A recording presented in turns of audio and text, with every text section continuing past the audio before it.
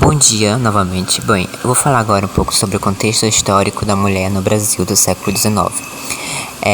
Haviam três principais situações, como vocês podem ver no slide, que é a de subserviência ao pai e depois ao marido, e a visão estereotipada de inferioridade da mulher, não poupando nem mesmo a realeza, como as princesas e a imperatriz. Então essa visão de inferioridade não poupava, classe social nem nada. A mulher era inferior ao homem. Esse era o pensamento da época, né? Violência contra a mulher refere-se a qualquer ato ou conduta baseada no gênero que cause morte, dano ou sofrimento físico, sexual ou psicológico à mulher. Dessa forma, a violência contra as mulheres é uma manifestação da relação de poder historicamente desigual entre homens e mulheres. Bom, a violência contra a mulher é um conceito para definir diferentes tipos de violência sofrida por mulheres, ou seja, a mulher é agredida pelo simples fato de ser mulher, o que inclui desde assédio moral até homicídio. E é uma forma de violência de gênero que caracteriza agressões contra mulheres, transexuais, travestis e homossexuais. Independente do tipo de violência que vai ser cometido, independente de qualquer tipo, os direitos humanos da mulher e a sua integridade física, psicológica e moral vão ser respeitados de qualquer jeito.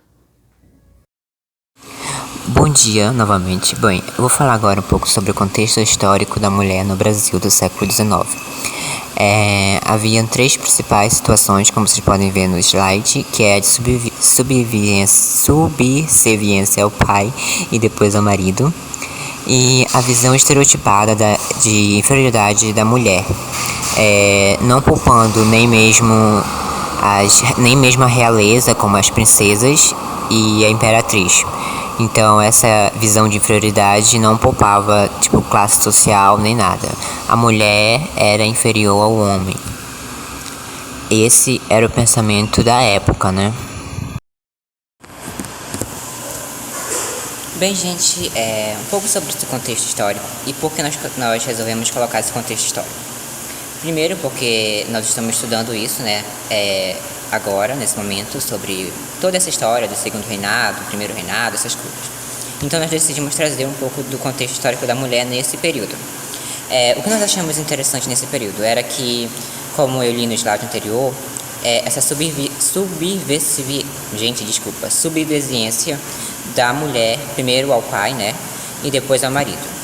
Ou seja, ela tinha que obedecer o pai e o marido e era totalmente dependente desse homem, do papel masculino. E antes de se casar era o pai na sua casa e depois com o marido. Como vocês puderam perceber na imagem anterior lá, isso retrata bem, né, o pai na frente, as mulheres atrás, tudo isso. E outra coisa que nós achamos muito interessante também e um fato curioso para apresentar para vocês que como nós apresentamos mais sobre as mulheres, né, sobre tudo isso, mas nós também queremos trazer um pouco sobre se para a mulher branca, livre, já era isso, ela tinha que obedecer ao pai, ao marido e tudo mais. Nós fomos pesquisar um pouco mais sobre como era a vivência da mulher negra escrava naquela época. Bem, o que nós descobrimos é que para essas mulheres era muito pior. Além de não ter a liberdade, elas não tinham direito sobre o próprio corpo. Já não tinham direito por causa que elas eram escravas, né? Então elas não tinham direito sobre o seu próprio ser. Mas era muito pior para as mulheres porque constantemente o senhor, o patrão, ela abusava dessas mulheres negras. Tinham filhos, muitas das vezes essas mulheres elas abortavam os filhos porque essa violência era tanto que elas não queriam que tivesse esse laço eterno, né? E um fato muito curioso que alguns sociólogos eles apontam, que historiadores também, né, que até mesmo a realeza tinha esse hábito, né, nojento de possuir escravas, principalmente assim o que nós encontramos foi muito pesado, por isso nós não colocamos no slide sobre esse contexto histórico. São histórias muito pesadas, imagens muito pesadas, então nós não queríamos colocar, mas eu tô aqui falando para vocês tudo isso, né? E que até mesmo Dom Pedro, né, primeiro, aquele lá todo, tem relatos de que com 13 anos ele já possuía mulheres negras sem que elas quisessem. Tudo isso é algo assim muito sórdido para algo muito pesado assim, né? Mas a gente está aqui como é para falar sobre essa violência contra a mulher historicamente, então nós resolvemos abordar isso também. E sobre a princesa Isabel, esse negócio de ter esse medo dela sobre o trono. Basicamente era por isso, por ela ser mulher, os parlamentares, os deputados, os políticos, toda a área que decidia o futuro do Brasil tinha esse receio de tipo, eu vou ser comandado por uma mulher imperatriz, era algo assim, tipo, muito, não, eu não quero isso, porque tinha esse pensamento de que a mulher era inferior ao homem e que ela tinha que ter um homem comandando a vida dela para poder ser algo assim aceitável socialmente. Ela tinha que depender de um homem, ou do seu pai, ou do seu irmão, marido, tanto faz, mas ela tinha que depender de um homem. Como vocês podem ver no slide, os tipos de violência contra a mulher existem 5 tipos de violência principais. A violência psicológica, a violência física, a violência moral, a violência patrimonial e a violência sexual. Dados da violência. No Brasil, quase 2 milhões de mulheres são espancadas por ano, sendo 175 mil por mês e mais de 5 mil por dia. Em 70% dos casos, o agressor é alguém com quem ela mantém ou manteve algum vínculo afetivo.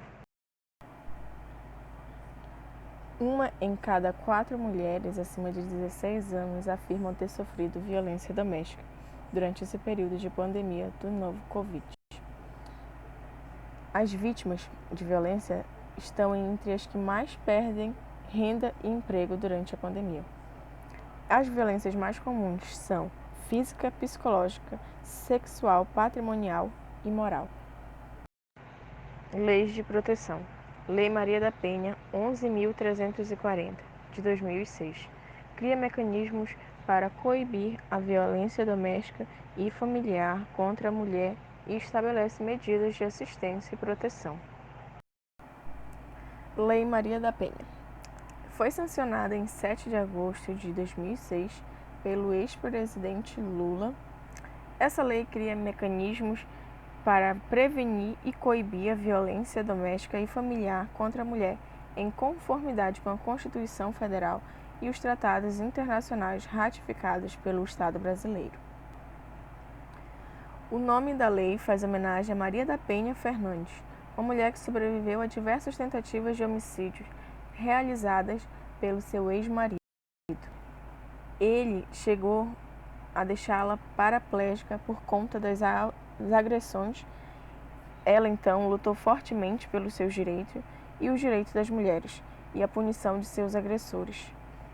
E ela se tornou um símbolo de superação no Brasil, principalmente para as vítimas de violência doméstica que são constantemente agredidas. Lei Carolina Dickmann 12.737/2012 tornou-se crime a invasão de aparelhos eletrônicos para obtenção de dados particulares. Bem, essa lei é uma alteração no Código Penal brasileiro voltado para crimes virtuais e delitos informativos. Esse projeto ele foi apresentado no dia 29 de dezembro de 2011 e ele foi aprovado no dia 2 de dezembro de 2012 pela presidente na época, que era a Dilma Rousseff. Esse foi o primeiro texto que fez com que os crimes cibernéticos, tendo como foco a dispositivos que acontecem sem a permissão do proprietário do dispositivo. E vale destacar que no Brasil, no nosso país, é comum as leis levarem algum tempo, uns anos, para serem aprovadas.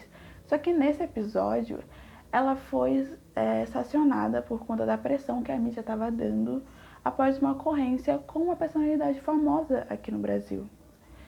E então o processo de aprovação dessa lei demorou o período tipo de 1 ano, basicamente. Porque essa lei de proteção tem o nome dessa atriz, ganhou o nome dessa atriz. Aconteceu um caso com a atriz Carolina Dickmann em maio de 2011, que um hacker invadiu o seu computador pessoal e acabou tendo posse de 36 fotos íntimas dela. E o invasor, ele pediu R$ 10.000 para ele não publicar essas fotos. Só que a atriz, ela negou isso e ela acabou, infelizmente, tendo todas as suas fotos publicadas nas redes sociais. E isso criou uma grande discussão popular sobre a criminalização desse tipo de prática aqui no Brasil. A atriz, ela abraçou totalmente a causa e ela cedeu o seu nome para essa lei. E antes que alguém pense, tipo, nossa, só foi considerado crime só por causa que ela é atriz, só aconteceu em 2012, não. O ato de invadir um ambiente virtual e subtrair dados pessoais já era considerado crime há muito tempo, há bastante tempo antes disso acontecer, mas não tinha nenhuma norma sobre isso. Então, por isso que eles criaram essa norma em 2012 e colocaram o nome da atriz.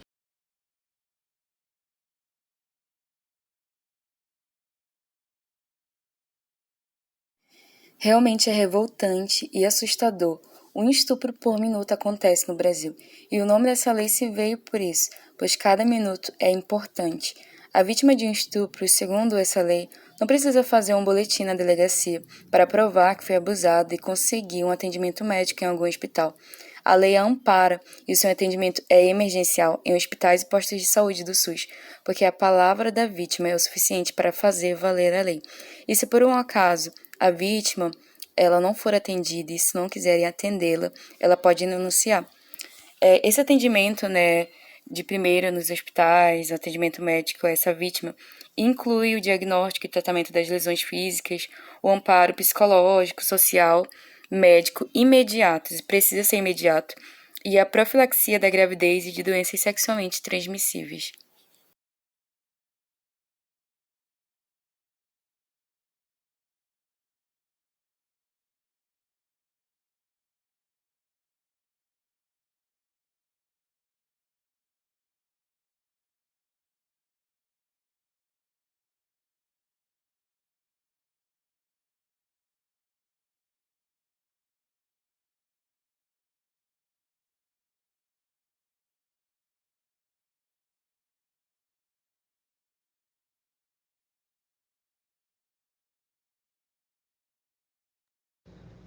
Olá, bom dia. Me chamo Ana Marina. Irei também falar sobre as leis de proteção.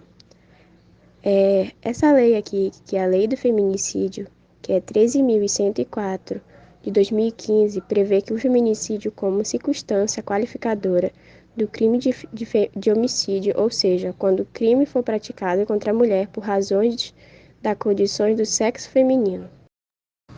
Essa lei 13.104/2015 entrou em vigor no dia 10 de março de 2015, dessa forma que se a pessoa a partir desta data praticou um crime de homicídio contra a mulher por razões da condição de sexo feminino, responderá por feminicídio, ou seja, homicídio qualificado.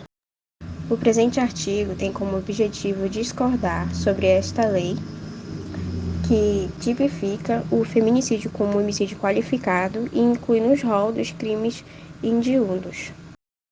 Bom, eu também estarei falando sobre estratégias de combate. O que seria estratégia de combate? Bom, sobre estratégias de lei, como conhecemos, tem o 180, que é onde ocorre a denúncia contra a mulher, e existem também outras estratégias de combater também a violência doméstica. Como vocês sabem, no decorrer desses anos agora, hoje também eles usam vários outros tipos de estratégias, inclusive a mais conhecida, que é essa daqui, que fecha assim, a mão, ela é bem conhecida também. Então tem essa estratégia também de usar. Outra coisa também é que quando a gente também usa a nossa voz, isso também faça que a violência doméstica ela possa ser diminuída também. Porque quando a gente também faz uma denúncia anônima, a gente também está ajudando essa pessoa também. Outras também estratégias de combate são também as estratégias de acolhimento, acolhimento interno. São também feitas campanhas e palestras educativas, e essas são as formas também de prevenir e combater a violência contra a mulher. Independência financeira. No Brasil, somos 51,1% da população, mas minoria em várias profissões. Se não recebemos bons salários e ainda precisamos nos preocupar com atividades domésticas, como dar o primeiro passo à liberdade financeira, como buscar a capacidade, oportunidade e igualdade de salário. No Brasil, em torno de 51,1% são mulheres, e esse 51,1% busca a independência financeira, pois a sociedade onde estamos, a maioria das coisas são caras, e além das mulheres buscarem independência, elas se preocupam com atividades domésticas, como dar o primeiro passo à liberdade financeira. Esse é um passo muito importante que busca a sua capacitação, oportunidades e igualdade de salário. São as coisas mais buscadas pelas mulheres hoje em dia no Brasil em que vivemos. Tendo em conta isso, o Brasil está passando por uma mudança muito drástica a partir das lutas contra o machismo e opressões masculinas que sofrem pela população, pela minoria masculina. Não são todos que fazem esse tipo de ações, mas é uma luta do dia a dia, entre outras coisas sofridas pelas mulheres. Medidas protetivas de urgência. No Brasil, atualmente, temos a Lei Maria da Penha para a proteção de mulheres que sofrem agressão, que podem fazer a denúncia em até 48 horas após o crime cometido contra elas.